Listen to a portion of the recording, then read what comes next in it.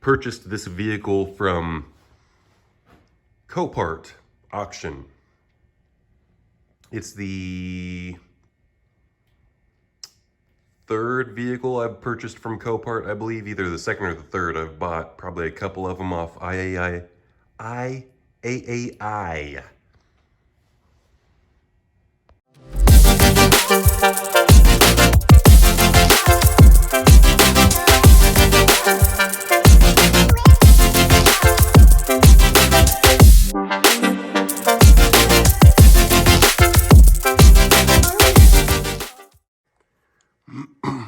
So I'm going to try to keep this video simple. I'll do other videos following this video. Imagine that. But it's going to be about the same car. It's going to be about stories. It's going to be about inspection, teardown, 2.0 TFSI, direct injected, turbocharged, you know, all that kind of stuff. But this one's just going to be about an underbody inspection, an under chassis inspection. Let's keep it simple. Let's start here from the front.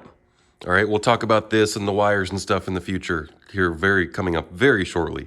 We're just talking about an underbody inspection. Okay, first we're starting at the very front. I mean, let's start from here down. These little, you know, tentacle points right here, the protruders on either side right here, they like to get creased up and dented up, and they like to hit parking curbs and all the sorts of things. This is the boat ramp, if you will, for the hitting of the curbs. So we're looking for our damage. I've seen splitter damage up here. I've seen where it gets so bad to where it breaks these bolts off. You know, people can even hit, because there's a course that it helps that this is missing right here, this fog light cover, this mini grill, because you can see that this is a plastic core support that surrounds the whole thing. So there's a strip that goes underneath here, and if you hit it hard enough, this can often break underneath here. So it's always good whenever you're looking at one of these cars, whenever you're inspecting your own car, inspecting a car that you're potentially buying, you can tell if it's been taken good care of or if it's in good shape, if all of this hardware is here. Now you'll notice that this piece, there's 4 screws right here. This one's missing. Just one. All right, that probably, someone might have done an oil change and taken that one out. It's possible it could have fallen out, but the screws down here don't normally come loose. There's only 4 screws that I know of that come loose, and they're up there. We'll talk about them later in another video. So you got to just keep on watching videos to learn stuff, because I've been through thousands of these cars. So let's take a look at these. These are twist lock fasteners. We're just going to call them that for lack of a better term, because I know there's a fancy name for them. They're like Zeus twist, or they're like Zeus buttons. I think there's what fancy people call them. But let me grab one. So we've got the older style are fat like this, but the newer style are just skinnier. And they have these keepers like this, see? So a lot of times people will take these out and put the wrong screws in the wrong place. So these have Zeus buttons, or we'll just call them that. Right here, we have 3 of them on the side here, 3 of them on this side right here, and that attaches the inner fender liner on both sides. And then we have these 3 back here. Now these 3 back here, you can take these 3 out here, and they should stay in place because they have a rubber washer on the back side. So you don't need to pull these out. If you pull them out, it's pointless. Now you have to put them back in, but these all come out. These 3 right here, these 3 right here, and the 2 up front all will come straight out. Now, a lot of times, this one's only missing 2 of these front 2. I mean, if you got all your hardware pieces on the bottom, that's insane. I mean, you've really been dealer serviced by professionals, because a lot of times people are missing hardware. Now, You know, I always like to put my hardware back in, but some of them were horrible. Some of them were, so I would play a little bit of splash pan hardware socialism whenever I worked on all of them. So if one of them had all the pieces, I would take these two in the front out, and I would save those for one that had maybe only 4 pieces of hardware. And then whenever I left that one, it had 6 pieces of hardware. Now I could have sold the customer's hardware, or the shop could have probably eaten it. That's probably what I should have done.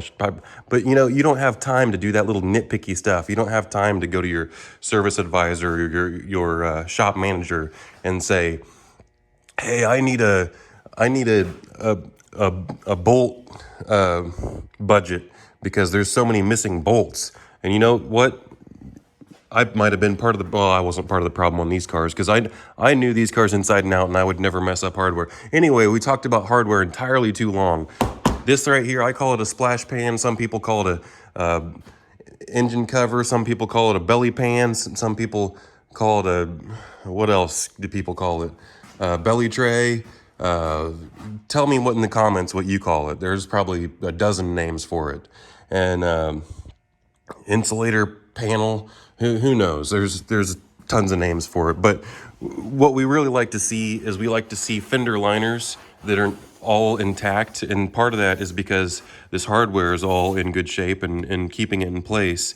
So then our fender liners can stay in good shape. And this is a little air dam right here for the fender liner.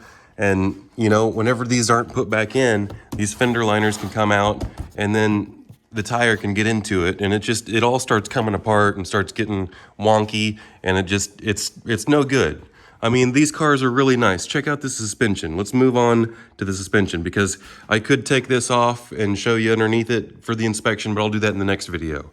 So then we move to our, you know, our front wheels, our what would you call this? Our knuckle assembly, our steering components, our bushings, our ball joints, our brakes, our axle.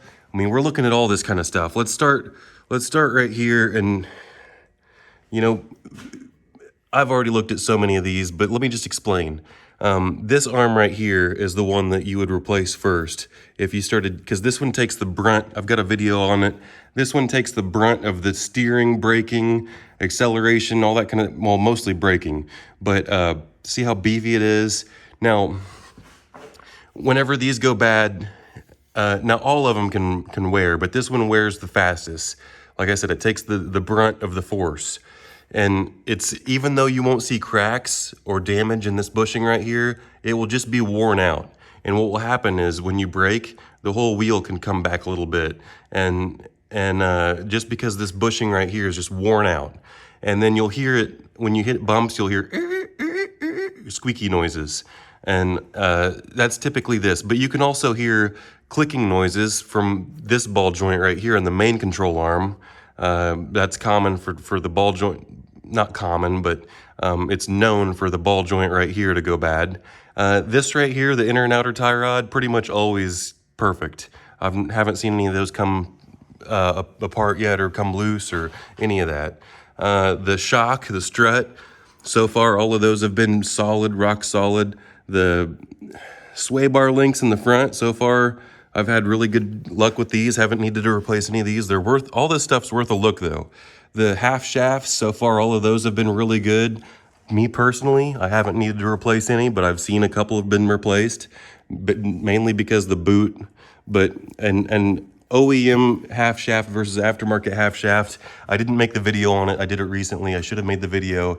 Night and day comparison. The OEM half shaft, the quality, 10 times better. All right, so what we're looking at when we inspect it, there's not a whole lot to see. There is some scuffs right here on this bottommost control arm, but really that's because I bought this from an insurance auction, and it's probably because they put their super long forks underneath it and were transporting it around. But this could have happened, you know, it's worth a look. If this gets this is just surface scratches. So this is nothing. But if this was any kind of deep gouging or anything, then that would affect the alignment. It would affect the steering. It would be a safety issue. You don't want to see any damage on your control arms. Now, you would also shake the wheel. Typically, you know, I'm behind the camera right now, but typically you would get on this side of the wheel right here with hands on both sides, and you would shake it side to side like that, and you would also go top to bottom and shake it from top to bottom to see if anything's loose. And it feels nice and tight. They always do. I'm telling you, they always feel nice and tight. Some cars you'll feel a wheel bearing, but even on these cars you'll just hear them. You'll replace it when you hear it. The wheel bearings, you'll hear roaring noises, but it's almost always going to be 90% or more. It's going to be in the front. You can replace the side that's making noise, or you could just do both. I always just replace the side that's making noise personally. But if you're the type of person that just wants to do it in pairs because you just want to check it off your list because you're planning on keeping the car, you know, that might be worth doing too. You know, just write it down on your maintenance book. You know, if one went bad, the other one's right behind it. These front two wheel bearings are very susceptible to failure. I've replaced a bunch of them. I've got a video on that as well. Now, this steering arm, when you're test driving it or when you're checking it out, it's not down here where it binds up in this U-joint, but it's in the U-joint. Is it in this one? No, I believe it's, yeah, it might be there. Where is it? I'll be doing that video as well here soon, but yeah, I do believe it's this U-joint right here. It binds up and it gets stiff, and that will cause stiff steering, and eventually it can get so bad that it's a safety issue for sure. And you can feel it kind of stiff, loose as you're steering, and I've had them get really bad to where the steering will not come back straight. You know, whenever you straighten back down on a straight road, it'll stay to the right or the left, and you really have to fight it back. And yeah, that's a dangerous issue right there. So now let's take a look at our exhaust. On this one, we can look at our flex pipe right here. We can see that our flex pipe is in good shape. These can fray out right here, and then our actual flex joint can go bad. We see that we still have a catalytic converter up there. We can look at transmission and see if there's any leaks. There's never any leaks on the transmission. If there's typically leaks, it's from the engine oil. I haven't seen any transmission leaks yet. We can take a look at our underbody panels right here. A lot of times, see, I pulled this in on my winch. I just recently set up a winch right here to drill holes in the cement and stuff because it's hard. It's a little bit of an incline, and this is the biggest pain in the rear to get a car pulled in here and pulled in my bay. So anyway, that's why it's a little bit cattywampus on the lift right there, but that's no big deal. It's just at the end, just because the car is a little bit crooked. I was being lazy. But anyway, long explanation. I didn't do this. They might have hit something, but if you load up I'm always cautious of how I load up the lift, because these lift arms can break this plastic here.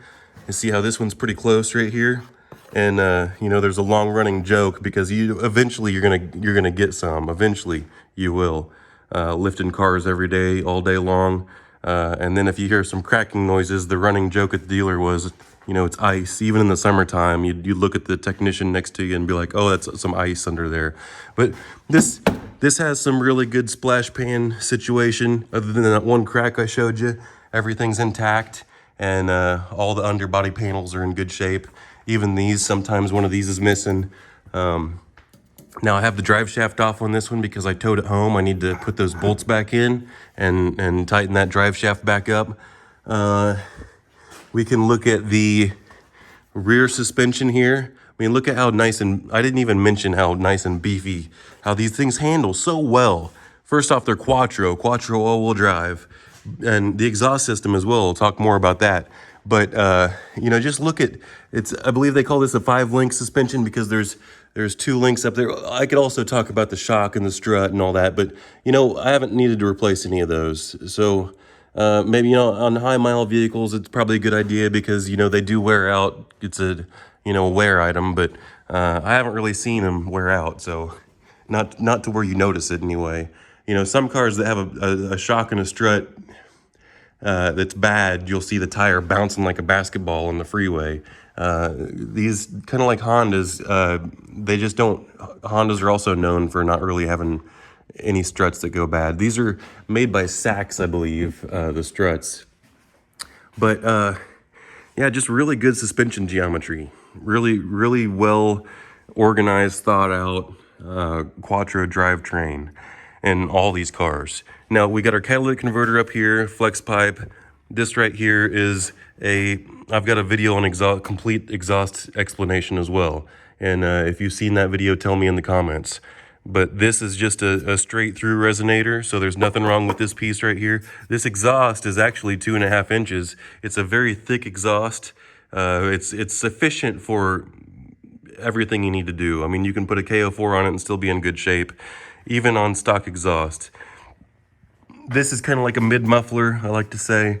And then we have our big muffler in the back. Now, what you could do is you can just take out that mid muffler right there and that catalytic converter up there, put a tune on it, and keep everything else the same way, and it sounds awesome. I mean, it has a really good sound. I got a video on that as well. So we talked about the exhaust. Let's talk about some of the rust and stuff. I mean, I've seen before where these rear sway bar links can come apart. I've seen these calipers, the motors. Those are electronic motors on the rear caliper, and you need a special tool, a scan tool, to open up the electronic parking brake to do the rear rotors. Now our brakes are in bad shape because this car's been sitting. Front and rear brakes need done everywhere. Now we can also do a tire inspection when we're looking at it on the lift, but you know, that's a different video probably, but we'll talk about it real quick. These are Michelin tires. Anytime you see good quality tires on it, that's an indication that the person cared about the car. They spent good money on the tires. They probably spent good money elsewhere as well.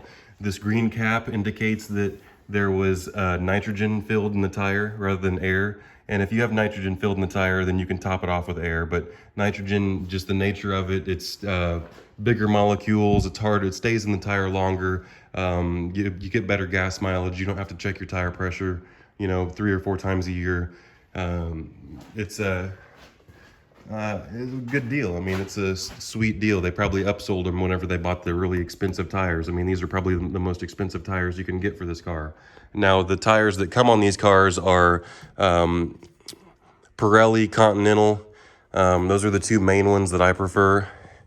But getting back to, so I got a rear differential here. Let me talk about the rear differential real quick, because if you're looking at one of these cars, if you're trying to buy one of these cars, you really want to look down here and make sure that this thing has a rear differential, because some of these cars are front wheel drive, and there's other things that you can look at, and it might be on the title, and it might be on different badges, like Quattro badge right there. There's supposed to be a Quattro badge in the front right here. And then there's, a few different things inside that say Quattro, at least one thing on the dash that says Quattro. I'm sure there's probably something else, but maybe not. But anyway, you really want to make sure that the thing is Quattro, because I just bought a car off a guy and he had it for, I don't know, probably 6 years or something. He thought that the thing was Quattro the whole entire life of the car. He thought it was Quattro. And I got underneath it to buy it. And I'm like, dude, this is front wheel drive. I wouldn't even come down here to buy this thing if I knew it was front wheel drive. He did give me half off because of that, but dude didn't even know he had a front wheel drive car for many years. He said it drove so good, and he was bragging to everyone. He's got the Quattro, and the thing did have sport package on it. And this has gotten more than just them. I bought one before that I thought was one of my first Audis I bought. It was a V6 manual transmission. I didn't even question it being Quattro, but it was front wheel drive. All right, it was a B5. It was the pre-facelift. But so I didn't even fix it since it was front wheel drive. But anyway, different story. What else can we talk about? We're just looking at condition, man. We're looking at all the stuff underneath the car. So just, some of these I've shown before, to where some of these panels can be loose or rattling. Everything's in good shape, everything's intact. The rust right here, that's just surface rust, that's nothing. I mean, you're gonna absolutely get that. These cars hold up really, really well. I mean, just look at the quality. Look at the quality of this rear suspension, of these aluminum. I mean, look at the beefy rear lower control arms. And then these are your coils right here, coil suspension. So these are your, this is your coil spring. This is what holds the vehicle up. And then this right here is your shock. Now, if it was a strut, it would be like built in with the spring, like a McPherson strut. But this right here is just a shock separate with a coil spring that's separate. And then what's up here right here is what's called a McPherson strut, because it's got the shock and the spring together. And these right here, your CV axles. You look at all four of the CV boots, and you know, I hope I didn't miss anything, but I'm sure I did. But that's how you inspect it. That's what we're looking at. There's another video for you. Stay tuned for more. I guess I will say one more thing. You can look at the tires and you can see, you know, the tires is a separate video as well, but you can put your hand over it like this and see if there's any cupping, and you can look from side to side and see if it has even wear. And then you can, you know, look at the tread to see if it has any abnormal, you know, like feathering or anything like that. And that would all indicate a bad alignment. But if it has even tread wear all the way across, that's not even necessarily true about the tread wear, but you can see the tread bars right here that are all even all the way across. So you can have a little bit more camber and wear a little bit more on the inside than the outside and things of that sort. But usually, especially on these Audis, you should have even wear all the way across, and no feathering, none of that. Everything should look uniform. Everything should feel good, because sometimes you can have cupping, but that's typically with an unbalanced situation, because, like I said, these cars have good struts and good shocks. So the other reason why you get cupping is from you know, those going bad and the tires bouncing around. But unbalanced wheels and tires can also cause some cupping. And another thing, you can look at when the car's up on the lift here, you can look to see if there's any bent rims. You know, you can spin it like this and look at the rim to see if it's true. If it had a bend in it, it would have a spot in it where it jumped up. And also you can look to see if it's got any witness marks. See, like right here, there's some rubber right here. So that would indicate that had a hit, that the tire came all the way up and imprinted rubber on the rim. So that would be a good spot to really inspect and look at.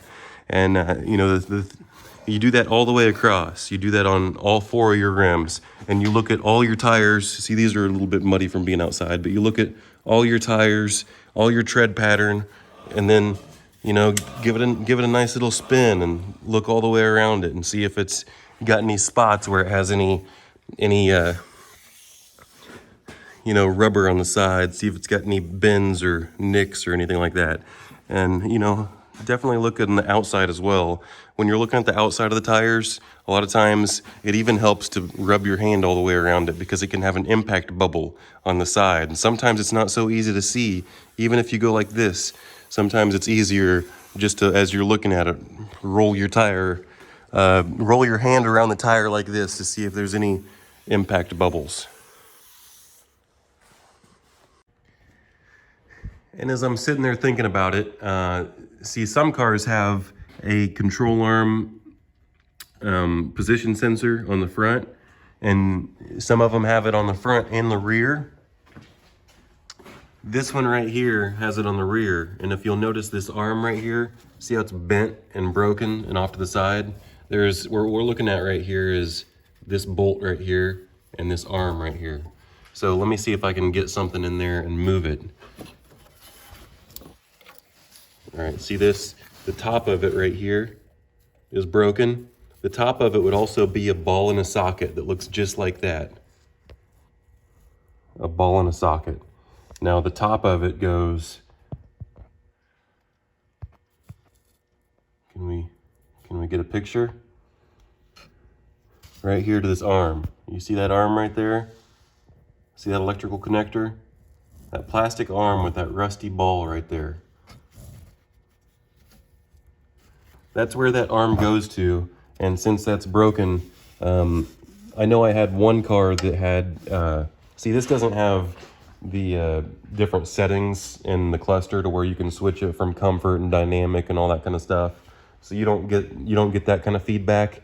But I had one of them that had severely bad aiming of the headlights, and whenever I fixed that arm and that position switcher, that position sensor on the control arm, whenever I changed that thing out, whenever I put a new linkage on that bad boy, that fixed my headlight aiming situation.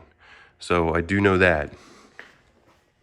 And if I think of anything else before I upload the video, I will let you know. Until next time, a Naptown tuner. Sometimes I put important information in the middle, sometimes I wait all the way to the end. But since you waited all the way to the end, you get the very good stuff. See this clamp right here is just falling apart. It is rusted to bits and pieces. In some cases, this is, see, look at the shoulder here. See how it's rusted all the way out? This is getting really close to that case. Like, there's no way you could take these nuts off. This thing is just destroyed. I could take a hammer and just give this some love taps and these ears would pop right off. And this is a sleeve that slides back and forth. And I've seen these things, literally these exhaust clamps, these mid exhaust clamps. I've seen them come apart, and what happens is this resonator will just drop to the ground because there's a flex pipe right here. And it'll just drag. And then it destroys your flex pipe because you're driving on it. And you have to, I mean, it's a horrible scenario. So what's best to do is it's best to proactively replace this clamp. And if you can't proactively replace it, what's good to do is, you know, if you want to fail safe it and you don't want to get underneath there and put a new one on, which this is a really easy repair.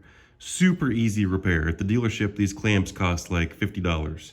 But to do the quick fail safe, what you want to do is you can take a screw clamp, a worm clamp, and I was trying to see if I have one somewhere. There's my clamp gun.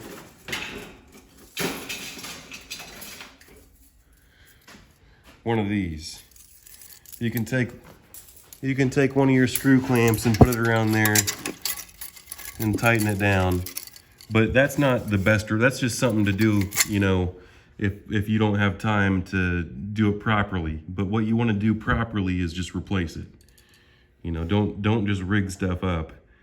But like I say, if all you got's a screw clamp, you can put a screw clamp on there and then you don't have to worry about being stranded from it actually just dropping. If you have something else on there just to hold it, then at least it'll have a little bit of an exhaust leak, but it won't actually fall all the way apart. If you neglect this will fall all the way apart. It will. So just go ahead and proactively replace it or fail safe it.